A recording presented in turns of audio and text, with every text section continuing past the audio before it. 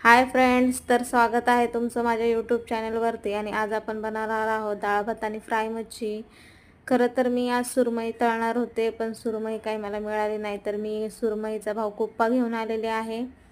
कुप्पा ही सुरमईसारखंच असतो, छान लागतो, मला आवडतो.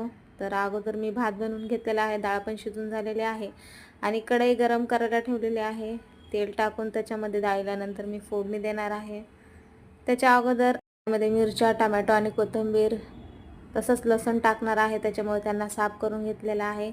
तेल गरम झालंय, मी राईची फोडणी देणार आहे. अगोदर राई चांगली तडतड झाली की जिरं टाकणार आहे. जिरं टाकून झालं की मग त्याच्यातच 1 चम्मच मी हळद घालणार आहे आणि गॅस लो करून त्याच्यानंतर कढीपत्ता, मिरच्या, लसूण, टमाटर घालणार आहे. टमाटर घालून झाल्याच्या नंतर 1 चम्मच त्याच्यात मीठ देखील घालणार आहे.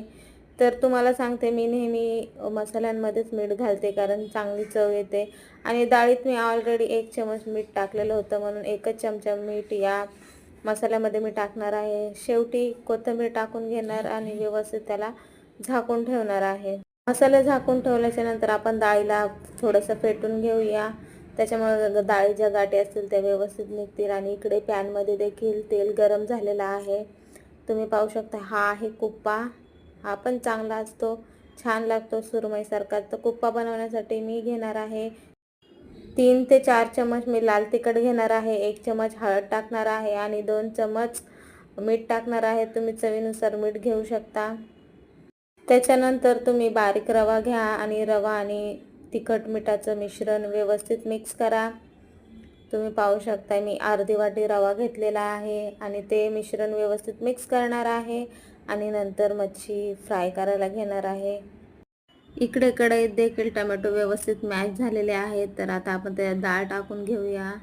अशा प्रकारे जर तुम्ही डाळ बनवली तर डाळ खूप टेस्टी बनते, माझ्या मुलांना तर खूप आवडते. पॅनमधलं तेल देखील गरम झालेलं आहे, तर आता मच्छी फ्राय करायला टाकूया आपण. तर अशा प्रकारे मच्छी फ्राय करायला टाकायची. स्लो गॅसवर मच्छी नेहमी तळायची, लक्षात ठेवा. कधी फास्ट गॅस करायचा नाही मच्छी तळताना, स्लो गॅसवरच मच्छी तळायची. इकडे डाळ झालेली आहे. आणि तुम्ही जर चॅनलला नवीन असाल तर व्हिडिओला लाईक करा, शेअर करा, चॅनलला सबस्क्राईब करा आणि कमेंट्समध्ये मला नक्की सांगा की माझे व्हिडिओ तुम्हाला कसे वाटतात ते. तुम्ही पाहू शकता स्लो गॅसवर देखील किती मस्त अशी मच्छी खरपूस अशी तळून झालेली आहे. आता जेवणाची तयारी करत आहे मी. तर सॅलड कापून घेते, किचन ओटा पण मस्त स्वच्छ करून घेतलेला आहे आणि ताट आता तयार करत आहे. तर तुम्ही पाहू शकता अशा प्रकारे मी आता जेवणार आहे. तर या जेवायला, चला तर मग बाय.